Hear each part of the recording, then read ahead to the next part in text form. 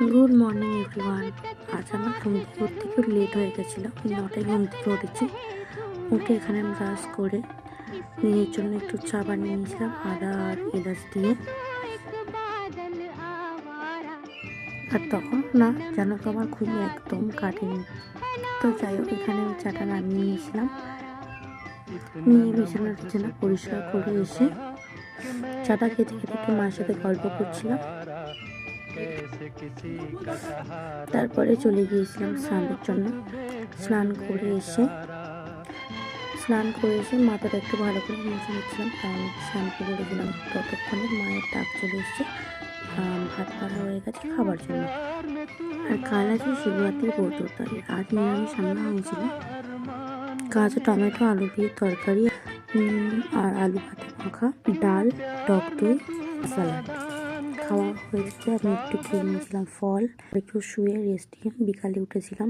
শিবরাত্রি তো, তার জন্য কিছু কেনাকাটা ছিল। বোনের সাথে বাজারে গিয়েছিলাম, সেই জন্য কেনাকাটাগুলো করতে। তো তার আগে আইব্রোটা আমার খুব খারাপ অবস্থা ছিল, তাই একটু আইব্রো করে নিয়েছিলাম।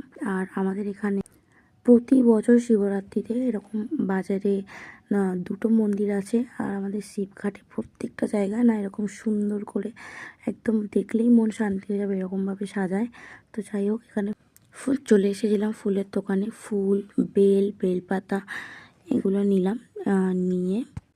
নিয়ে না তাড়াতাড়ি করে চলে এসেছিলাম বাড়ি, কারণ আজকে বাড়ি আসতে একটু বেশি তাড়া ছিল। কারণ আজকে ছিল ইন্ডিয়া পাকিস্তানের ম্যাচ, T20। তো সেই জন্য তাড়াতাড়ি চলে আসা। এখানে আমি একটু ফেসিয়াল হেয়ার রিমুভ করেছিলাম বাড়ি এসে।